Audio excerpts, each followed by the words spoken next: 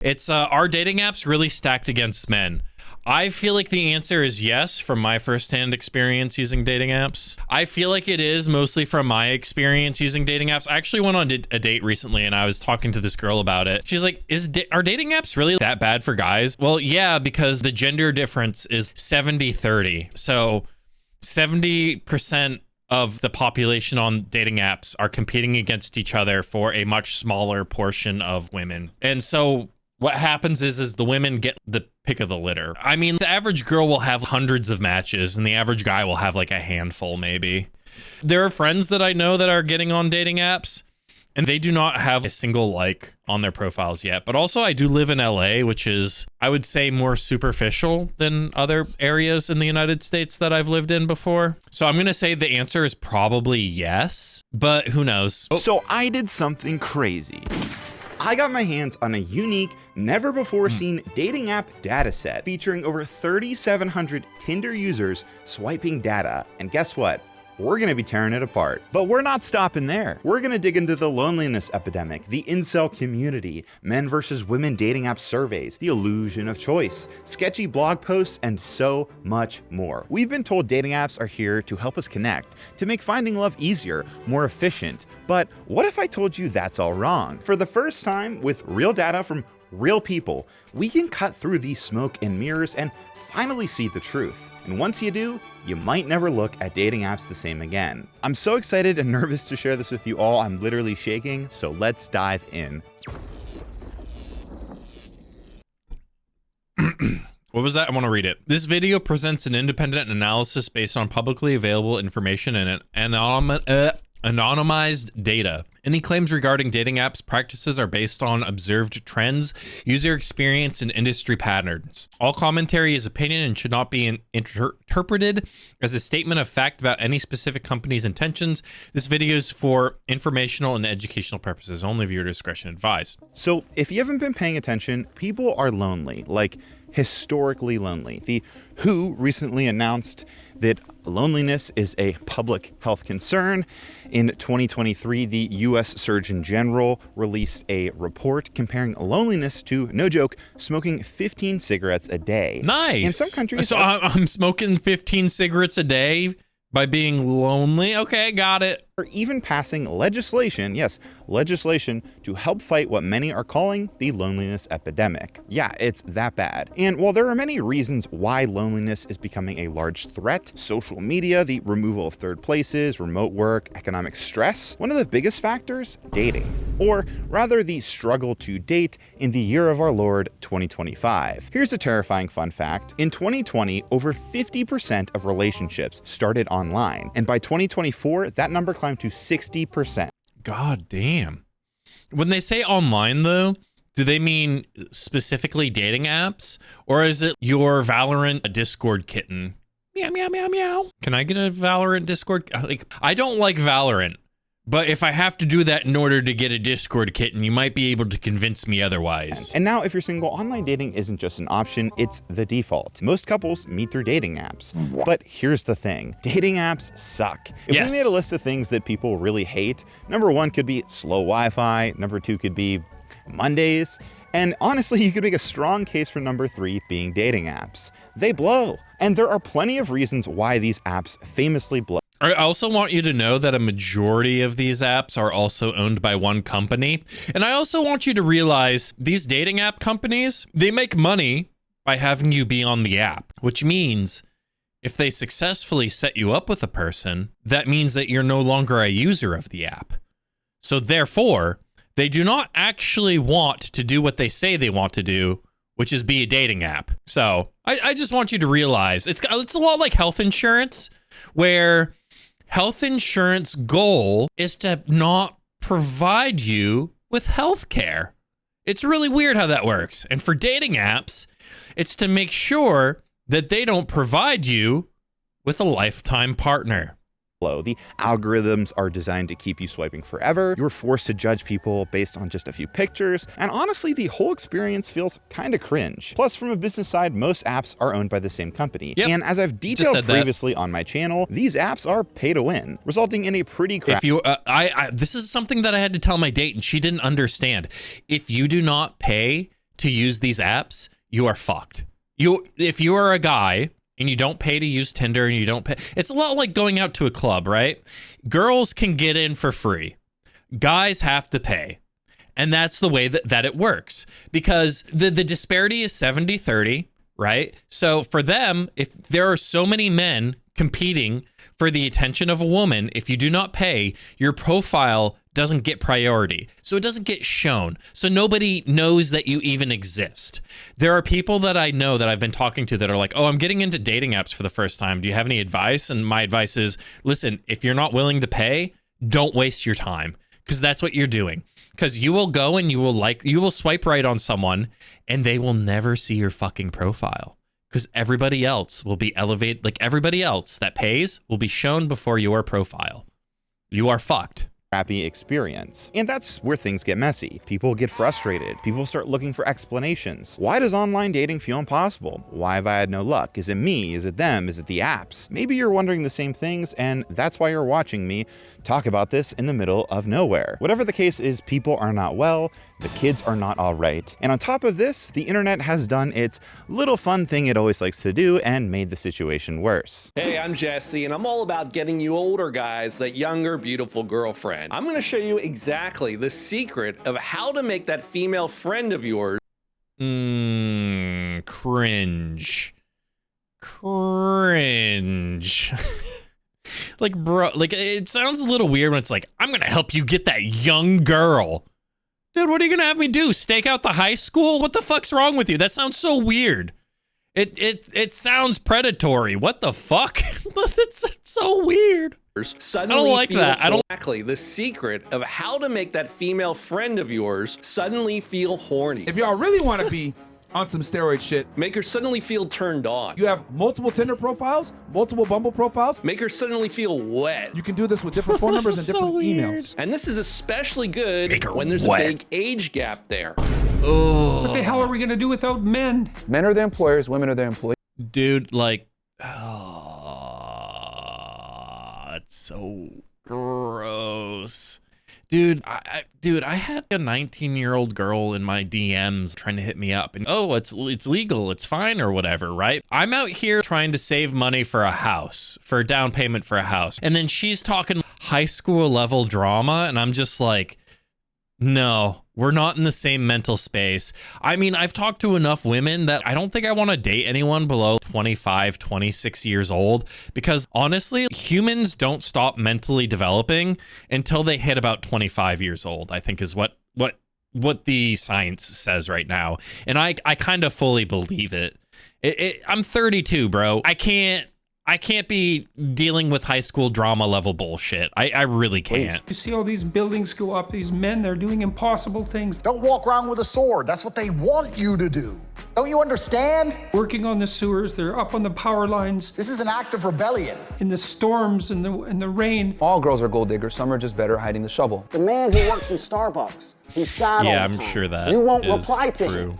Neither will any other female. These dating apps, all they do is train women to become these entitled sociopaths. What is the biggest turn-off?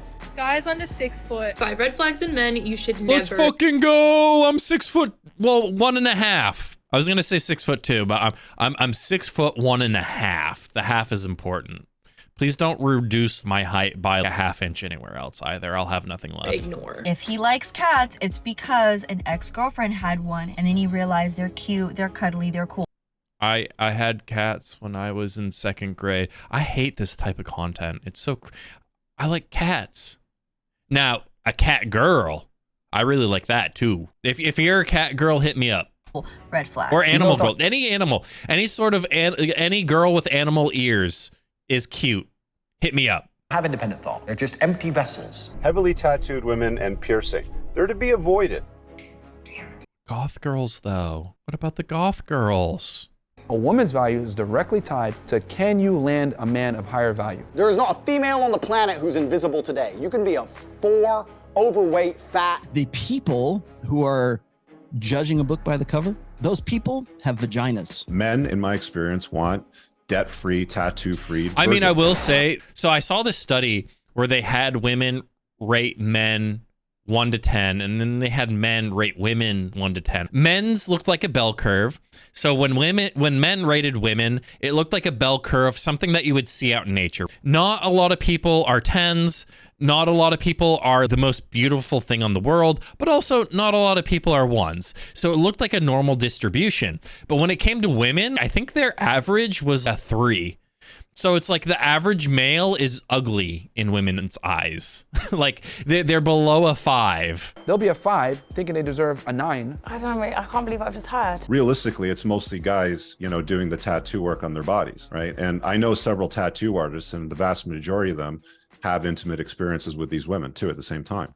Wow, I never thought about that.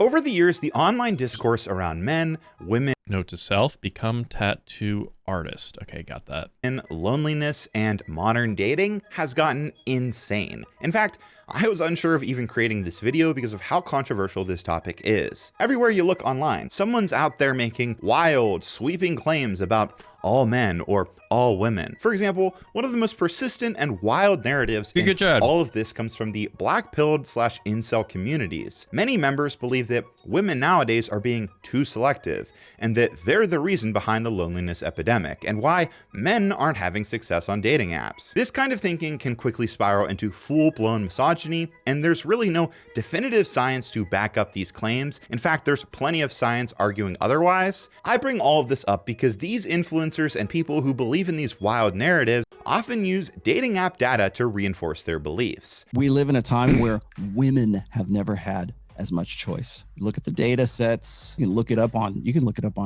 OkCupid. And this doesn't account for, the number of messages received versus recipient's attractiveness. Plenty of fish. I mean, but the thing is, if you have dozens and dozens and dozens of guys in your DMs, it's hard to respond to everyone. That's just the way it is. The Tinder data. Like when there's 70% men and 30% women, that means that women are going to be messaged more, which means that they have to go through more. Like they estimated men are spending like 85 minutes and women are spending 90 minutes a day on online dating. Of course, women are pursuing. I don't want to. Is that the reason why I'm like going to be perpetually single? Is I don't want to spend that much time on a dating app? And that for validation and ego feeding. I even saw this happen in real time in the comment section of my last video. People taking my own data and my experience and using it to shift. I want to see like the actual data, which is that's what I'm interested in. Because the whole reason I created that video wasn't to focus on modern women, but to expose the questionable business practices of companies profiting off lonely people, predominantly lonely men. The irony is many of these influencers and self-proclaimed gurus who get millions of views spreading these ideas, they're the same ones selling books or expensive courses, profiting off, you guessed it, lonely men. Like, how do some people not see the irony here? So with this wild online discourse, I think it's important to look at the data, analyze it, and explore theories and help explain what's— This is RuneScape. What RuneScape song is this? Actually going on here. In fact, I'd argue it's more important than ever. Some of the data— like, is this jungle something, right? Oh, dude, I can't remember. Is this from what's that island? I can't remember, dude. Used to discern these opinions is, how should I put it? Shit. For example, one of the most frequently cited sources in this discussion is an infamous 2009 OkCupid dating app blog post, which some claim messages success by attractiveness. How do they measure attractiveness, though? Proved women's hypergamy. This post, I'm not kidding, has become a pillar of incel ideology. This post doesn't make much sense. However, many argue takeaways from this post are grossly taken out of context, and the article does not prove anything. The even crazier part about all of this is that that blog post was removed, fueling the controversy. Either way, a 2009 deleted blog post isn't a reliable data point. I mean, seriously, this was 3 years before Tinder and Hinge even launched. The modern dating landscape is completely different now. Any takeaway from that post should be considered void. Now, you would think that 15 years later, the unreliable data trend would end, but unfortunately, it's even worse. Right now, if you Google the average match rate for men or women on Tinder, the top result is an article titled "Key Tinder Statistics You Need to Know." Are they selling you something? No, written by Steven Zander. Let's just— He is from therapy though, so I wonder what he's Call him Steven. Now, stick with me. I'm about to blow your mind. At first glance, this post looks credible. Steven is the CEO of that's what I'm saying. Therapy He looks credible. Over a decade of experience in the healthcare industry. Seems legit, right? The page itself contains some interesting takeaways, but once you start digging into the sources, things get a little fuzzy. At one point, Steven cites a Quora post. What? Okay. Yes, a Quora post.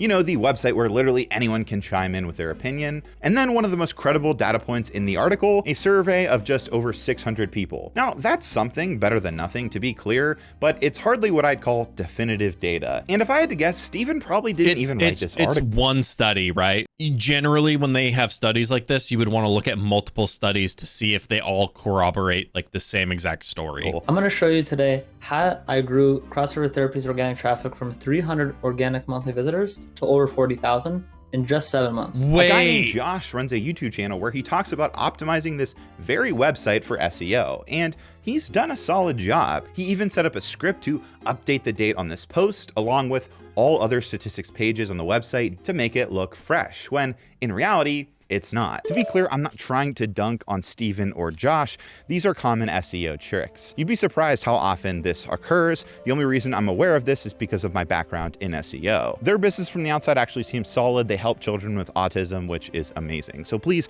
do not take this in a malicious way. That said, why would Josh think an article about Tinder statistics belongs on a website focused on helping children with autism? Well, your guess is as good as mine. But I bring all this up to make it brings in traffic, I guess. So I guess it's working.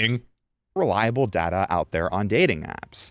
But why? Well, one of the main reasons public data about these apps is extremely limited is because getting the data is complex. Because you have to request it from the companies that probably don't want to release it because they don't want people to know how bad they're getting screwed over, I think. Thanks to data privacy laws, anyone can request their own user data from these apps. However, the data doesn't really come in a digestible format. Many believe this isn't a coincidence. The theory is that these companies don't want you dwelling on how much time you actually spend on these apps, how low your success rate actually is, or just how stacked the odds are actually against you. Not because of some grand conspiracy to protect feminism or alpha men or whatever it might be, but simply to protect their bottom line. And there may be some truth to that. When these companies do share statistics, they're clearly curated. Take OkCupid, for example. They used to publicly share some pretty wild dating app stats until they were acquired by Match Group in 2011. One of their most famous blog posts was titled, "I'm not kidding, why you should never pay for online dating."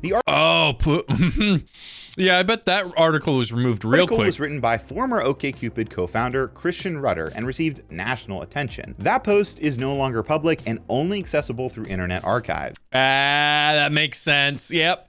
Anything that could hurt their business, they've removed. In fact, the entire original blog has... I wonder if they posted that just so that Match would buy them and remove it. ...since been taken down. Now, it's worth noting, Rudder claimed in a 2014 Time article, Match had nothing to do with the pausing of his articles, but he left the position in 2015, and in 2018, the blog relaunched with all of his articles gone. So who really knows? But I think it's safe to say today, Match would never release data that suggests you shouldn't pay for dating apps. Instead, they carefully curate the narrative, releasing studies on I will say, I do think that in order to use dating apps now, you do have to pay.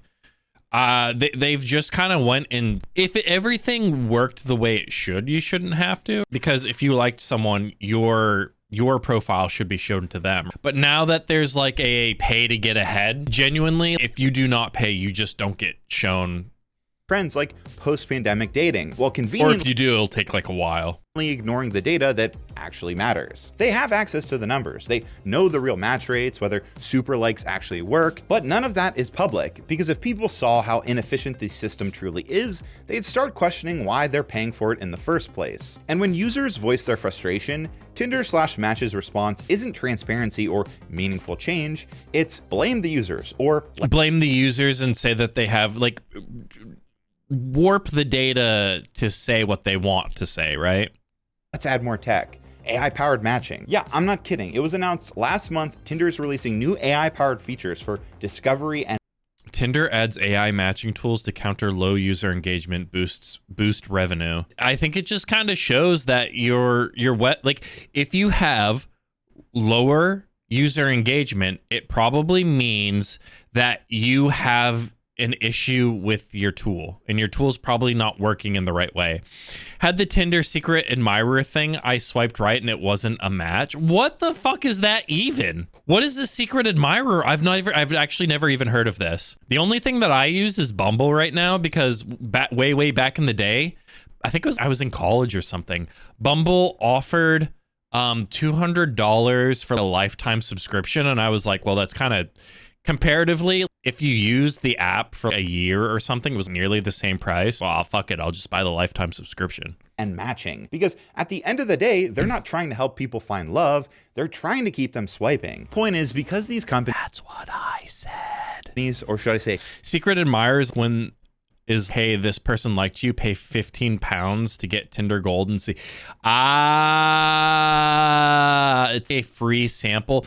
Yeah, I do feel like, honestly, some of the dating apps do lie and mislead on purpose in order to get you to try and sign up. I saw on a YouTube video where somebody went and talked to a CEO of one of the dating apps, and they basically admitted to having their own bot users. Chasing the dragon is what they called it. So what they would do is they'd have bots of really, really attractive women, and those bots would like new users. And so you would end up matching with this incredibly attractive woman, and then they would just never respond to you, right? Because that's the point, is to get you to match with this incredibly attractive woman. And then what happens is, oh, well, if I keep swiping, maybe I could match with another woman that's that attractive. So that's how they kind of get you hooked on it. A company. Now, is that true or not? I don't know. I saw it on an old video, so. Aren't really the most reliable when it comes to sharing user data or even having our best interests in mind. If we want to accurately understand why these apps feel so broken, we're left with two main methods. One, independent surveys, and two, analyzing individual user data and then combining that user data into a massive set. That, believe it or not, is possible. However, it requires a lot of legwork. It requires them requesting data from every single person and then parsing the data in a way that makes sense. Which, don't worry, I've done. But let's start with the easy one, surveys. In 2023, a survey of a little over 60,000 people found that 67% of online dating service users in the US were men. Yep. While only 33% were women.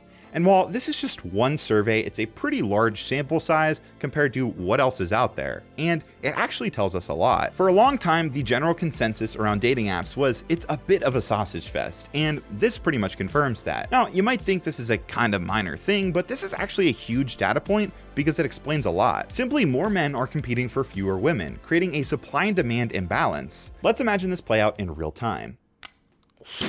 Say you're a man and you walk into a bar with 100 people, yourself included. And let's just say in this scenario that everyone is straight. If dating app gender ratios applied, that would leave us with 33 women and 67 men. What's crazy about all this is if every single woman paired up with another man, that would still leave 34 men without a match. But where it gets even crazier, let's talk about preferences, right? So let's say out of these 33 women, maybe only 28 want a long-term relationship, and you really want a long-term relationship. Let's say that you're a big pet person and you have a dog or a cat. All right, well, we might have to cut that in half. Pets are a big thing for a lot of people, and some people just can't do them. And then let's say that maybe you want to be with somebody who really likes the same music as you. Well, look at that. We got to cut that in half again. Yep. And soon you're left with a far smaller pool of options in this scenario. And then by the way, all 67 of these guys might be trying to go for like everyone as well, right? Forget that these are your preferences. Somebody might check all these boxes for you, but they might also have another box for themselves that you might not check. Point is, the pool shrinks exponentially once you start to add in real life preferences or real life layers to compatibility. Now think about how this plays out on dating apps. Here, first impressions aren't just quick, they're instant. You're expected to sum up your— Yep. I actually read people's profile. I feel like I'm one of the few people that actually read profiles. I think people just mostly look at the first photo and then just swipe left or right, depending on whether they would bang that person, to be honest with you. I feel like I'm one of the few people that actually read the whole fucking thing and just go, do I think I would enjoy spending time with this person?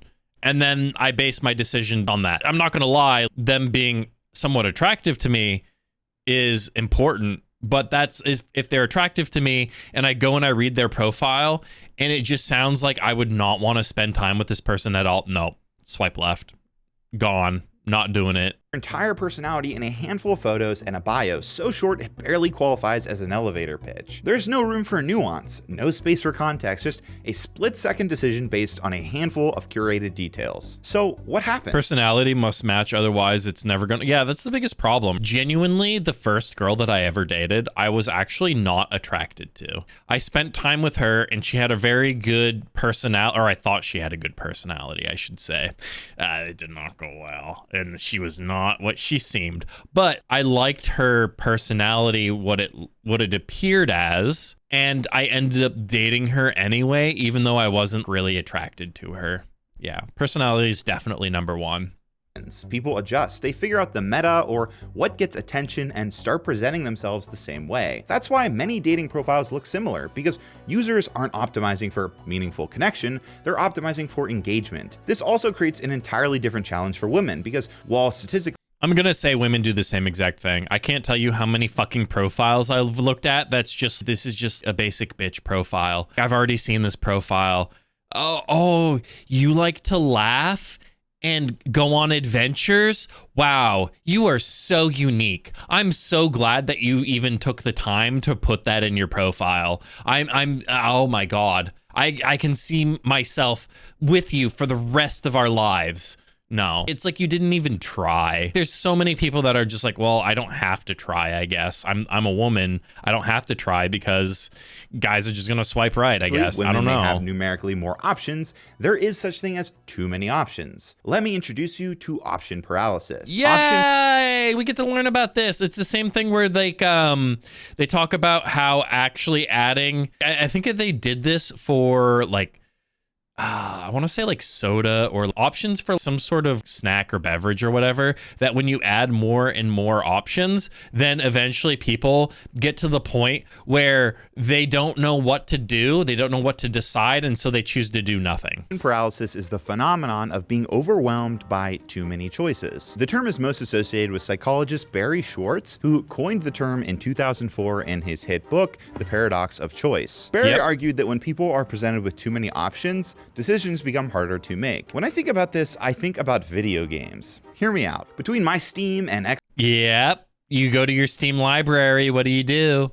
You have so many fucking games. Xbox library plus my Game Pass membership, I have access to hundreds of games, and yet I often spend more time scrolling through my catalog than actually playing anything. Yeah. If you're not a gamer, you've probably experienced the same thing with a streaming service like Netflix or HBO Max. When you're presented with too many options, making a choice feels almost impossible. This phenomenon directly applies to what many women are dealing with on dating apps. If someone logs into an app and sees 50 or let's say 100 likes, they may feel overwhelmed. They might not want to sort through all those options. To make matters worse, sorting through those potentially 100 options costs money, and in the end, many of these people may end up not choosing anyone at all. Of course, option paralysis on dating apps isn't exclusive to women, but statistically, they're more likely to experience it. With only 33% of app users being women, they're exposed to far more matches than men. It's just basic math. But Yep. Nope, that's how it works. What else can we learn from these surveys? The Pew Research Center has conducted several studies on online dating over the years, revealing key insights like why people turn to dating apps, how safe they perceive them to be. Well, the thing is it's like hard to meet people. If I wanted to go find somebody to go on a date right now, where do I go? Do you go to a bar? Do I really want to meet a woman at a bar? What would we actually have in common? For me, I think going to Anime Expo or going to some sort of anime convention, I think that would be more indicative of being able to find a successful relationship. You're already there because you're both into something similar and you have something you can talk about. We have a shared interest. I would rather do something like that, or maybe meet somebody by playing video games somehow. I don't know. I'd have to play Valorant, I guess, and I hate Valorant. So probably not going to happen.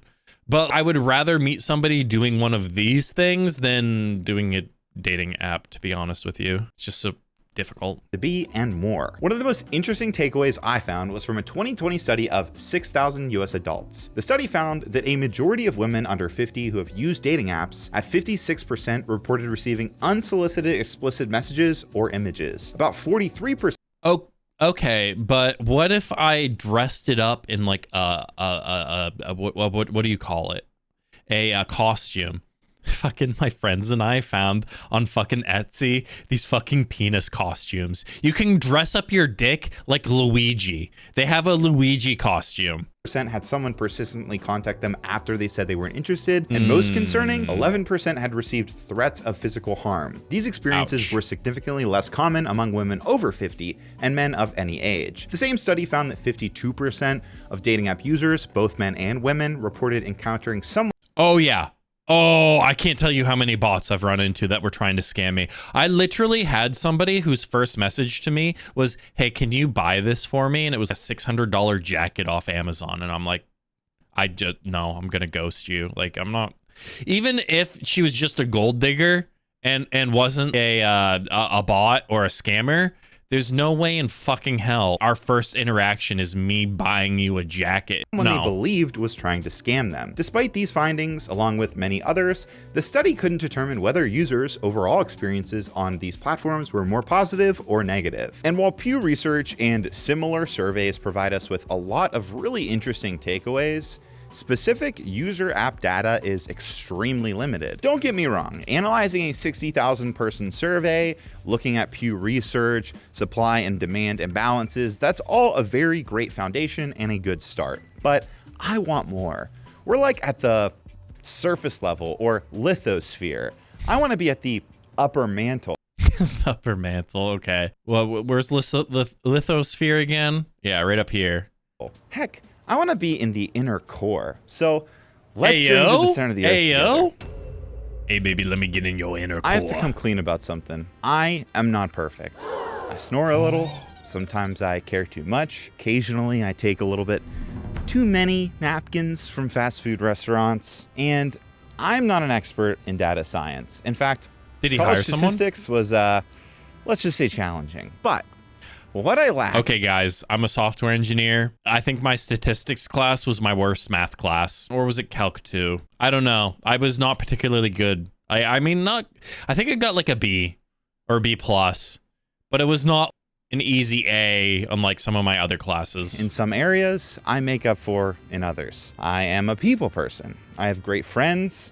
I've made a massive hog throughout my life. When I posted my first video on dating apps, a lot of amazing people reached out about a follow-up. One of them was Christian, the creator of a website called Swipe Stats. To clarify, this isn't a sponsorship. I'm not affiliated with the website, just really important context. Remember when I said public data on dating apps is extremely limited? That's because getting the data is complicated, and the platforms don't provide it in an How often is he using RuneScape music? This is more RuneScape music. Easily digestible format. Websites like Swipe Stats help with that by analyzing individual user data. Oh, this is actually kind of cool.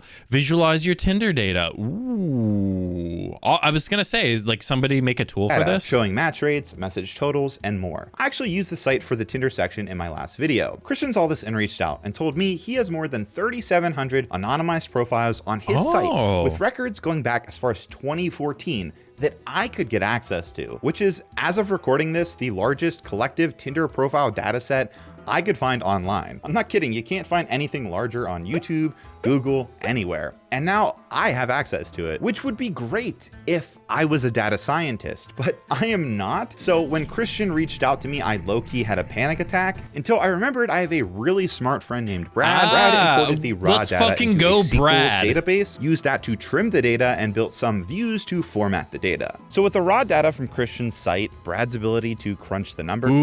Yeah, no, like, I mean, I think that's interesting.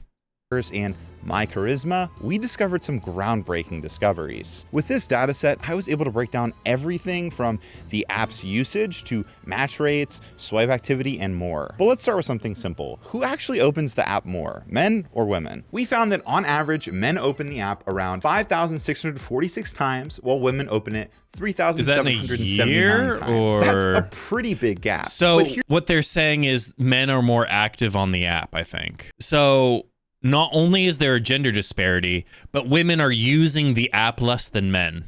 Here's where things get interesting. Those are average numbers, which can be skewed by a small amount of really Is he going to give us a distribution? Extreme users. So we also looked at the median, which is a better way to find a middle ground. This time the numbers were much lower and much closer together. 2,224 for men and 1,931 for women. That means while some men are using the app way more, the typical experience between the men like and 99th percentile, that person that's opening the app every 3 seconds or something. Yeah. women is actually more similar than Simple solution, men should be a bit more gay. You know what? You might be onto something, Tens. It might be a lot easier to just be gay. the average suggests. You know, they did, I think there was a study that said that the happiest cohort is gay men. It's like gay men, straight men, and then I think it's lesbian. I think lesbians are the least happy. I wonder why. There seems to be some correlation between being in a relationship with a woman and being happy. You know, you have no women, you're the happiest. You add one woman you have one woman in the relationship, you know, it's okay. And then you have 2 women in a relationship and it is not happy. We also looked at seasonality, like what time of the year men and women are using Tinder the most. Is it And winter? This is super Winter. interesting. It's going to be winter. Men on average open and use Tinder way more during May, June, and July than any other months. Why? Women, on the other hand, do have an increase around that time of year during April, May, and June. But Really? nothing that's significant. So takeaway-wise, for some reason, men use Tinder way more during the summer, while women seemingly use Tinder about the same all year, but just have a slight increase during the summer. Is this because of summer fling, summer vacation? I would have thought cuffing season, right? During the winter, it's starting to get cold. You want somebody to cuddle with at night. You know, maybe you want that smoking hot gal. Me, I have a body pillow or 2. I have 2 body pillows so that no matter what way I roll over in the middle of the night, I have something to hold on to. Who knows? Next, we looked at messages sent and received. Just like app opens, these numbers varied a lot depending on if we looked at the average or the median. So who sends the most messages? Believe it or not, women. On average, women sent 1,709 messages, while men sent just 1,400. Okay, I have to ask though, is that because women keep doing the thing where they respond to you once, but they have like 3 or 4 different messages? Do they have to divide this number by like 3? I have a feeling that the reason why the women have more messages, when I send a message, it is one message. I will have paragraphs or whatever, right? When I get messages, I've noticed that women, for some reason, will break up messages a lot more than men, I think. Maybe, although I guess it's just me because I can't really say for all men, right? Median tells the same story, but with lower numbers.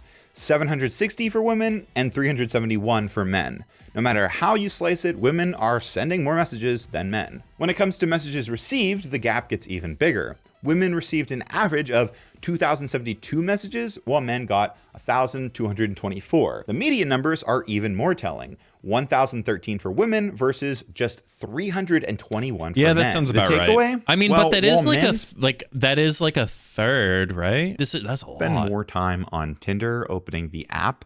Women aren't just sending more messages, they're receiving more messages as well. However, since this data includes all messages sent and received, it's harder to pinpoint who's initiating conversations. And then of course we had to look at the meat and potatoes, the average swipes, likes, passes, and of course, match rates. To start, the difference in swiping behavior between men and women is staggering. On average, men swiped a jaw-dropping 16,367 times, while women swiped only 2,283 times. Looking at the median, you remember when we were saying about it being rougher out here for men?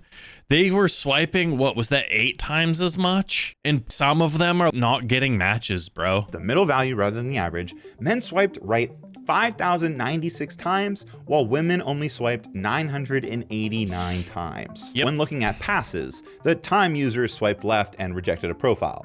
On average, women passed on 41,170 profiles, while men passed on 28,086. The median, women had 19,553 passes, while men had 10,051. Why is this interesting? Because it highlights just how differently men and women approach Tinder.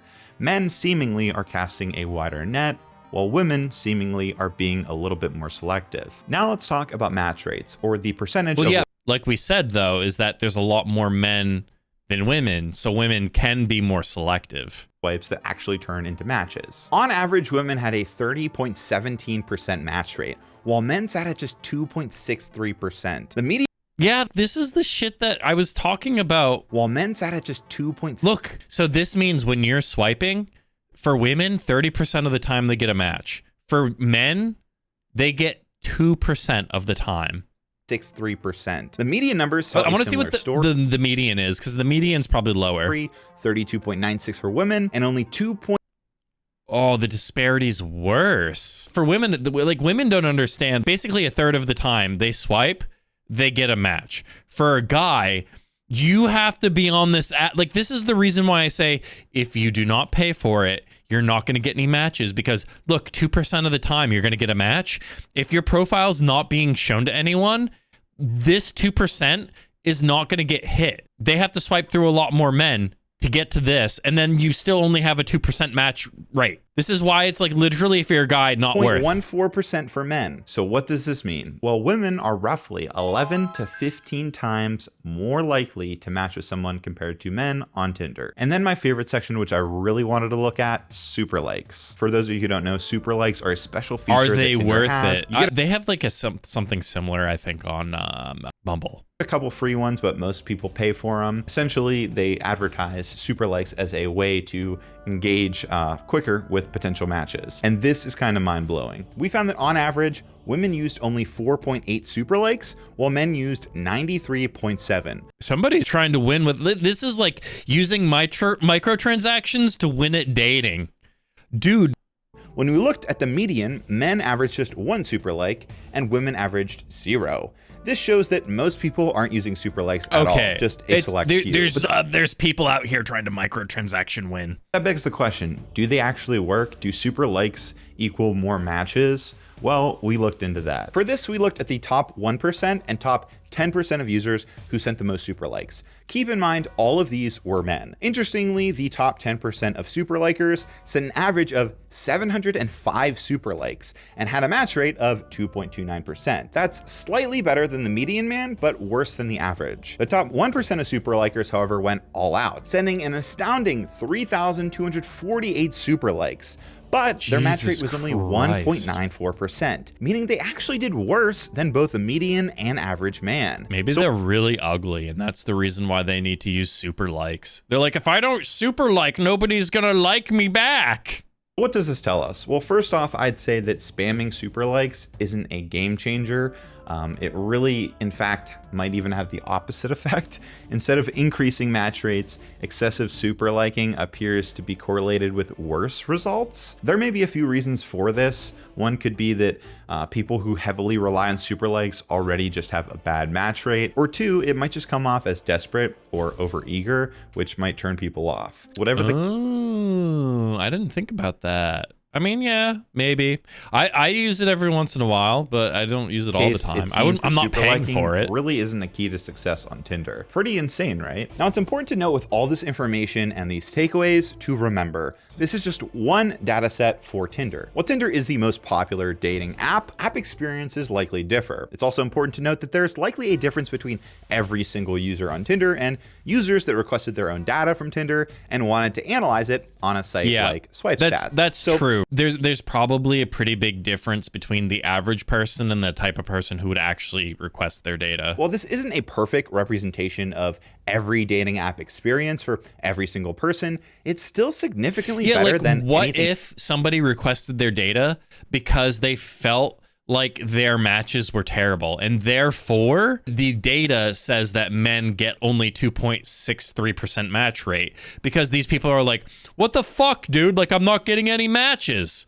And it's just like the bottom of the barrel. I don't know. Else out there. So where does this leave us? What can we learn from this data, the surveys, the patterns of swipes and messages?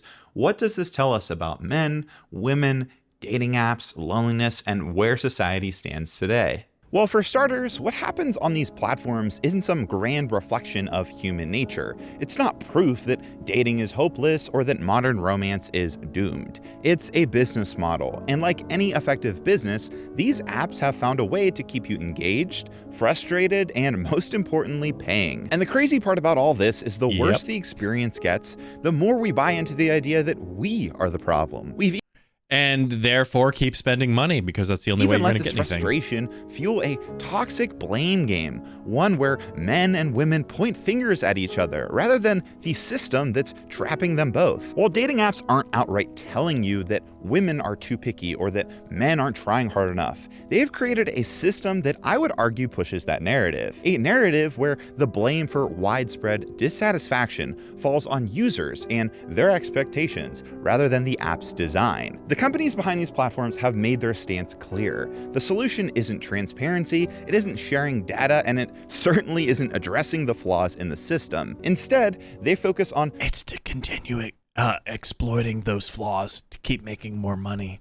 Doubling down, adding more tech, and pushing things like AI-driven dating as the future. They're fueling the loneliness epidemic, not solving it. Now, I won't pretend that I have all the answers, but I do know this: the first step to fixing any problem is admitting that there is one. So maybe the modern dating crisis isn't about men versus women. Maybe it's about all of us versus the industry that profits off our loneliness. And yet, despite all this... So wait, do you mean the porn industry, or do you mean the dating app industry, or do you mean like OnlyFans, or do you mean like Twitch streamers? Because why do you think some people are hanging out here in a Twitch chat? Do we blame all those too? Are you guys lonely out there? Are you guys doing okay? We keep coming back because what if the next swipe is the swipe? What if the next swipe is my one? wife? That's the illusion. That's the hook. And that's why these companies will never, ever let you see the full picture. Because that moment you do, you might finally realize you It's were never not meant worth to your win at time. all. Thank you so much for watching. Yes, I'm Hope you learned lonely, something however. today. Special thanks to my Patreon supporters, Christian, Brad, and all my incredible friends and family members. I love you all. Well, there we go. We had our questions answered.